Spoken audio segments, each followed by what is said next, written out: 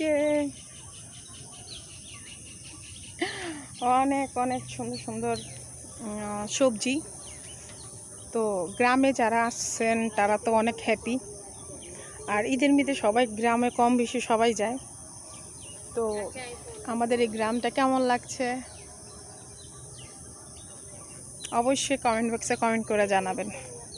আমাদের অনেক অনেক মানে আমার তো প্রচুর গ্রাম পছন্দ, অনেক অনেক পছন্দ আমার।